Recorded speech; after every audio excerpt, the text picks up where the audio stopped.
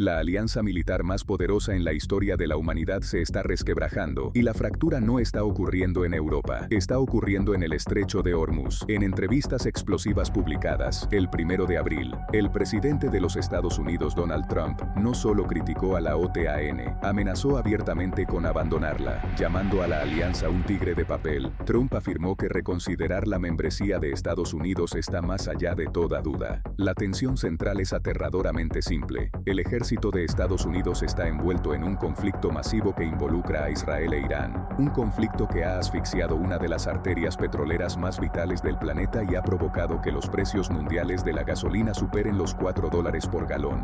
Esto no se trata solo del precio en la bomba de gasolina.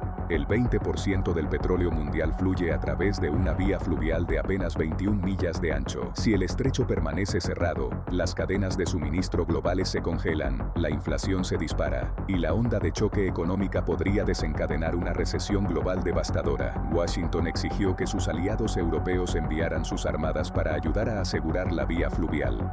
La respuesta de Europa fue en su mayor parte silencio, dudas, y en los casos de España y el Reino Unido, negativas rotundas a utilizar bases militares compartidas para operaciones estadounidenses. Esto es Lawrence Reporting. Por favor, dale me gusta a este video y suscríbete al canal. La situación que se intensifica en el Medio Oriente ha dejado al descubierto una brutal realidad sobre la Alianza Occidental. Esto ya no es solo el presidente desahogando sus frustraciones en un escenario de debate. Sus principales funcionarios del gabinete están repitiendo exactamente el mismo ultimátum. El secretario de Estado Marco Rubio llamó a la alianza una calle de un solo sentido, donde se espera que Estados Unidos defienda a Europa pero se le niegan los derechos de base y los permisos de sobrevuelo cuando realmente necesita ayuda. El secretario de Defensa Pete Hegseth expresó públicamente su frustración por los obstáculos europeos. El mensaje de la Casa Blanca es unificado y devastadoramente claro. Si no están con nosotros ahora, ¿por qué los estamos protegiendo? Pero la verdadera historia comienza años antes. Para entender cómo Occidente llegó a este catastrófico punto de quiebre, tenemos que mirar hacia atrás a los orígenes de la alianza. La OTAN nació en 1949. El objetivo era simple: mantener a la Unión Soviética fuera, a los estadounidenses dentro, y a los alemanes controlados. Fue un pacto de defensa mutua diseñado explícitamente para Europa. El principio fundamental es el artículo 5. Un ataque contra uno es un ataque contra todos, pero hay una trampa histórica masiva. La OTAN nunca fue diseñada para librar guerras en el Medio Oriente. Fue diseñada estrictamente para proteger las fronteras de sus Estados miembros. Sin embargo, la única vez en la historia que se ha invocado el artículo 5 no fue para proteger a Europa, fue para proteger a Estados Unidos después del 11 de septiembre de 2001. En esa instancia, los aliados dieron un paso al frente. Enviaron tropas y sangraron en Afganistán junto a las fuerzas estadounidenses en lo que se conoce como una operación fuera del área. Pero durante la última década, la buena voluntad de esa era se evaporó por completo. Fue reemplazada por amargas discusiones sobre una sola métrica: el gasto en defensa. En 2014, los miembros de la OTAN acordaron gastar al menos el 2% de su PIB en defensa. Durante años, economías masivas como Alemania se quedaron increíblemente cortas de ese objetivo, dejando que Estados Unidos pagara la factura. El presidente Trump pasó su primer mandato golpeando a los aliados por esta discrepancia. Durante la tensa cumbre de Bruselas de 2018, se informa que amenazó con retirarse de la alianza por completo si los aliados no aumentaban inmediatamente sus presupuestos militares. Cuando la guerra en Ucrania estalló en 2022, la disparidad de gastos se convirtió en el arma definitiva en el arsenal político de Washington. Según el Instituto Kiel para la Economía Mundial, entre enero de 2022 y diciembre de 2024, Estados Unidos proporcionó más de $122 mil millones en asistencia financiera, humanitaria y militar a Ucrania. La Unión Europea y sus Estados miembros gastaron aproximadamente la misma cantidad en ayuda directa, sumando alrededor de $121 mil millones. Pero los números brutos son muy controvertidos. Los líderes europeos argumentan que han gastado $131 mil millones adicionales para apoyar a los refugiados ucranianos dentro de sus propias fronteras, empujando su carga financiera total mucho más allá del esfuerzo estadounidense. Washington, sin embargo, señala que cuando se trata de poder letal bruto, los dólares estadounidenses están haciendo el trabajo pesado. La mesa estaba servida para la prueba de lealtad definitiva en el Medio Oriente, una prueba que Washington siente que Europa ha fallado por completo.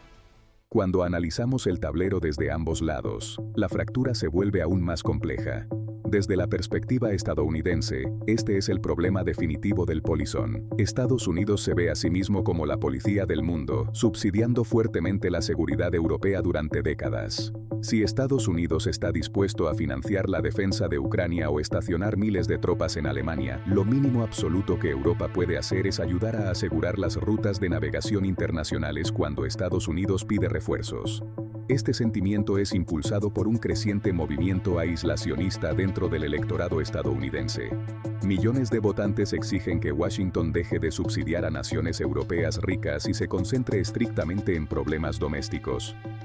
Para el gobierno de Estados Unidos, la falta de apoyo naval europeo en el estrecho de Hormuz es la prueba final de que la alianza solo funciona en una dirección.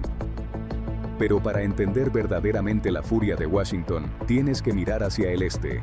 Durante una década, el Pentágono ha intentado desesperadamente pivotar su enfoque hacia el Indo-Pacífico para contrarrestar el ascenso de China. Para los estrategas estadounidenses, estar empantanados defendiendo las fronteras europeas y las vías fluviales del Medio Oriente es una distracción catastrófica de la verdadera amenaza del siglo XXI. Pero la perspectiva europea está impulsada por un miedo profundo y generalizado. Los líderes europeos ven el actual conflicto del Medio Oriente en gran medida como un problema estadounidense e israelí. Temen que desplegar sus armadas en el estrecho de Hormuz los convierta en objetivos directos de los representantes iraníes. Se corre el riesgo de arrastrar a todo el continente a una guerra regional más amplia a la que sus poblaciones nacionales se oponen estrictamente. Además, al examinar las capacidades navales brutas, muchos ejércitos europeos están estirados hasta el límite. El Reino Unido, a pesar de proyectar históricamente un inmenso poder marítimo, se ha enfrentado a una grave escasez de reclutamiento y atrasos en el mantenimiento de sus grupos de ataque de portaaviones. Pedirles que desplieguen importantes activos navales en el Medio Oriente mientras una guerra terrestre masiva hace estragos en su propio continente en Ucrania es visto como una imposibilidad estratégica. La soberanía europea también está en juego. Naciones como España y el Reino Unido argumentan que sus bases militares son suyas, y no autorizarán ciegamente operaciones ofensivas que contradigan sus propios intereses de seguridad nacional. Cuando Estados Unidos solicitó permiso para lanzar aviones de vigilancia y ataque desde bases compartidas en el sur de Europa, el gobierno español cerró directamente su espacio aéreo. El Reino Unido se negó inicialmente a permitir que las fuerzas estadounidenses utilizaran instalaciones británicas para ataques. El primer ministro británico Keir Starmer descartó el ruido de Washington, defendiendo públicamente a la OTAN como la alianza militar más efectiva que el mundo haya visto, mientras mantenía que actuará estrictamente en el interés nacional británico. Esto nos lleva a la consecuencia final. ¿Qué sucede si Estados Unidos realmente intenta irse? La realidad legal es un laberinto. En 2023, el Congreso aprobó una ley bipartidista escondida dentro de la Ley de Autorización de Defensa Nacional. Esta legislación prohíbe explícitamente a cualquier presidente retirar a los Estados Unidos de la OTAN de manera unilateral. Requiere un voto de 2/3 en el Senado o un acto conjunto del Congreso para autorizar una salida. Si la Casa Blanca intenta eludir esta ley, desencadenaría una crisis constitucional sin precedentes. El Poder Ejecutivo argumentaría que el presidente tiene la máxima autoridad sobre los tratados extranjeros, mientras que el Senado buscaría inmediatamente una orden judicial de la Corte Suprema. El sistema legal estadounidense se convertiría en el campo de batalla final para la supervivencia de la Alianza Occidental. Irónicamente, uno de los defensores clave de esa legislación de 2023 cuando era un senador en funciones fue Marco Rubio, el mismo hombre que ahora ayuda a liderar la carga al cuestionar el futuro de la alianza. Pero incluso si Estados Unidos no puede salir legalmente mañana, el daño ya está hecho. Los líderes europeos están luchando para adaptarse a un mundo donde la protección estadounidense ya no es una garantía.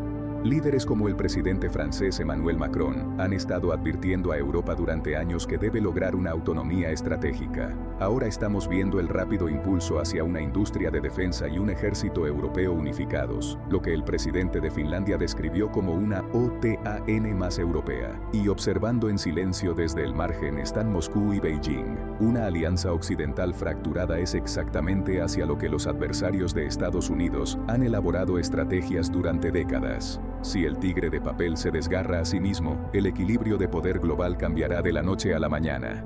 Estados Unidos y Europa deben decidir si vale la pena salvar su historia compartida, o si la geopolítica del futuro exige que caminen solos. La alianza de la OTAN sobrevivió a la Guerra Fría, pero podría no sobrevivir al Estrecho de Hormuz. Quiero saber qué piensas. ¿Tiene razón Estados Unidos al exigir ayuda, o tiene razón Europa al mantenerse al margen? Deja tus pensamientos en los comentarios a continuación. Gracias por mirar.